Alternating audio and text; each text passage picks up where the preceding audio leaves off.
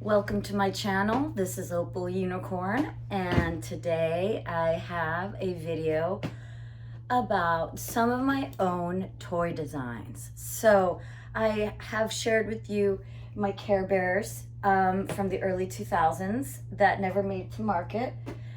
But today I wanted to show you guys my Daniel Tiger trolley set that some of you may have played with. So this was a design that I did for the Daniel Tiger animation. And this is a toy I'm really proud of. Okay, and I'm gonna tell you guys why. I'm gonna tell you all about the trolley and why it's so cool and why I'm so proud of this toy. So I did this toy around, I would say about around 2012. 2013, around then I came up with this toy, this trolley. And this idea came out as I was transferred over to the Daniel Tiger team as the only designer there, and I worked with some wonderful people. And I really enjoyed working with the people that I worked with at the time. And I transitioned over from one person to the other, but both were just wonderful. And they gave me freedom to do what in many companies I'm not allowed to do and wasn't allowed to do, or didn't have the freedom, or didn't have the, every toy company is different. So, and working with different people is always different. And in this particular moment, I was given more freedom in the company I was working at, the business model, the factories they were working with, and the fact that I was the only designer doing it. And I was working with these great marketing people, like I was saying. And that's such a huge difference when you work as a designer, working well and excellently with your marketing, which is very difficult for that to happen sometimes, unfortunately, when I was working. And of course, that was a while ago, and I haven't been working for any company for a while. But I digress.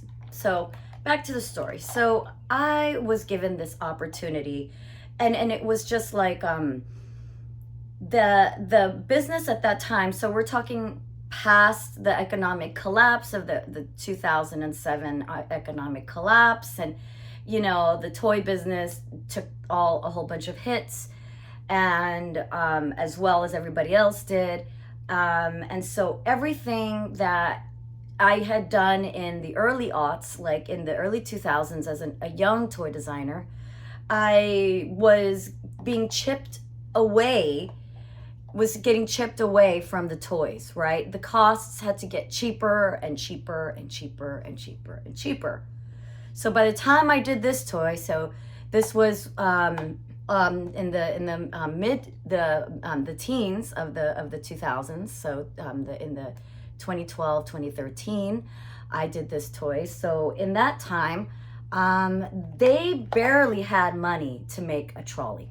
Like, this was like, okay, I don't know how you're gonna do this toy, because we just can't afford to do these kind of toys anymore. And so this was already in the 20s, in the teens. And like I said, I started working for myself and doing my own Opal Unicorn business. So I got out of the business a little bit after that, but had been working there for a couple of decades, and I had seen a huge shift in the market. So this was why I'm so proud of this toy, because it was the trolley. It was a trolley that was undesignable. It was an undesignable toy to make. And so if you guys know anything about the Daniel Tiger, history of Daniel Tiger, it comes from Mr. Rogers' Neighborhood, which is an awesome TV show from the 80s and 70s, and it's what I grew up watching. Okay, so when I was designing Daniel Tiger, it had been turned into an animation, and with characters and I'll take them out now, that had a whole bunch of the same characters that we saw in the series, but they were all now modernized for a whole new generation of kids. And but it was the same company, and it was still with the same origins, with the same company that Mr. Rogers was known for. And this trolley, I think, is an updated version from my original version, I believe, or it is my version. The big thing that is important that I designed in this is that I wanted it to be more than one thing. So in the toy business, it's something that we prided ourselves in, was that we weren't just making watch me toys, right? And so what that meant for us as a toy designer was, it was important for us as toy designers to make toys that did more than one thing. And that was called a feature, okay? So in a toy business, like for example, this is just a little figurine, right? But now if his arms move, right? This little figure, his arms move up and down. That's a feature. So he's got an actual little feature. He's articulated. His arms move, right? For example, these Care Bears, these are just plushies, right? But then this is a classic cuddle toy. But when you're getting into certain toys, like a vehicle like this for preschoolers, you don't want it to just, it can do just one thing. It could just be a trolley. But we know that this is a play set, right? So this is a trolley play set. Why? Because it's large and it's doing things for more than one figure. We've got all kinds of figures. And in Mr. Rogers' Neighborhood and in Daniel Tiger, the animation, the trolley is in itself a character. So not having the trolley was like a huge travesty. They couldn't afford to get the trolley the way they needed, especially with all of the things that it would entail. So I designed the lid. So I designed it to be a carrying case, and I designed the whole play set to be inside the lid and inside the actual toy. So then now, when you wanted to, so this is what I talk about, ingenuity, toy ingenuity, right? Hey, you know what? I may not get the credit. I may not have made $1 million off of my toys, but I'll tell you one thing, it did not lack ingenuity. And not only that, that's why I was able to get this trolley, like play set in a time when they weren't making, they couldn't afford to make this play set for the margins that they needed to make, because we're talking about these big toy companies and they need to have these incredible profit margins, because they're not public, they're not private companies, they're not LLCs, they're Inc. incorporated companies. So they've got all these overhead, they've got all these investors that they pay. And so it's a whole business, so you're working for these big corporate toy companies and they have to make huge profits because they have to give everybody a piece of the pie, right? So as a designer, we've got to whip magic out of our hats and somehow make something good out of something really cheap and make it last. So that's what I did. I put all the little things in the lid of the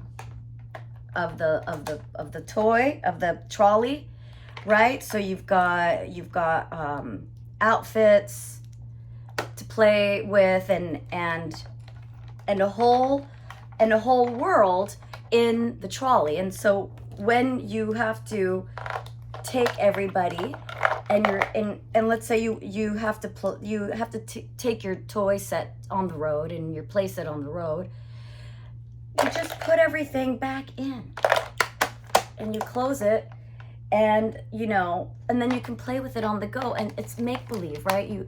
The lid is now the place where things go.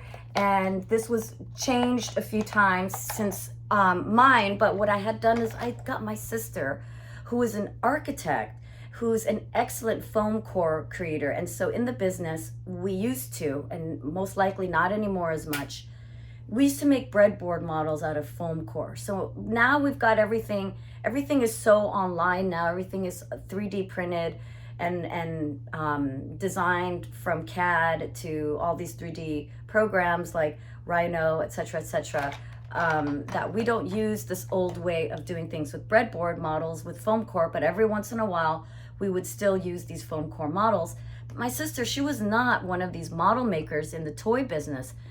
She was an architect who was making foam core models for our architecture buildings that she would create for her little models that were little small models of the blueprints that they would then create into buildings. So they are really good foam core creators. She created this model for me out of foam core the way I designed it to, and each seat flipped over and it would open up, and it was the whole thing would come out like that. But it looks like it's still out on the market. You can get it, but it's a little bit different than the one I've created, and I'm going to look for my original design that did make it to market, the exact version, but these were the ones I found out on eBay in the last few years. But the real important thing about this is still a drivable trolley, okay? Like drives, it's got like a rev, right? And that's like because there are certain satisfactions here. So now you've got a feature that it's a carrying case for all your toys. It's an actual place it on the go. There's little sound effects, so there's all these features on the side. It's a drivable vehicle toy, and it's a playset, so it's a built-in playset carrying case on the go, right? How does it get better? That's like 5 toys in one, right? And now it's always about more for your money and how many things can you make in one for the price that you're getting. So we couldn't make a whole playset, but taking every little space of this and turning it into a useful piece of real estate is how I was able to get this toy at the price point that I got it in. And here is another one that I haven't wanted to open yet. But as you could see, it flips open and the world and the play continues on the top of the trolley, and this toy still continues, I think, today, because the design is what makes it available for the retail price that it's in, so that we could get that trolley magic play set back into the toy. And it does a lot, right? So you're not just getting an empty trolley and what does it do, but it opens up and the world and the imagination keeps going, right? And that's what we're doing when we're playing with our toys, guys. We're going into that world of imagination and play, and going back to a place where magic happens. So thank you so much for watching my Daniel Tiger trolley design video. This is Opal Unicorn. Please like, subscribe, leave a comment. What do you like about this toy? Did you play with this toy? Do you know anybody who did? Leave a comment. Leave if you have any ideas for toy questions you have, let me know. Leave them in the comments. If you have any videos you'd like me to do, leave those in the comments. And as always, thank you so much for watching. This is Opal Unicorn, and have a great day.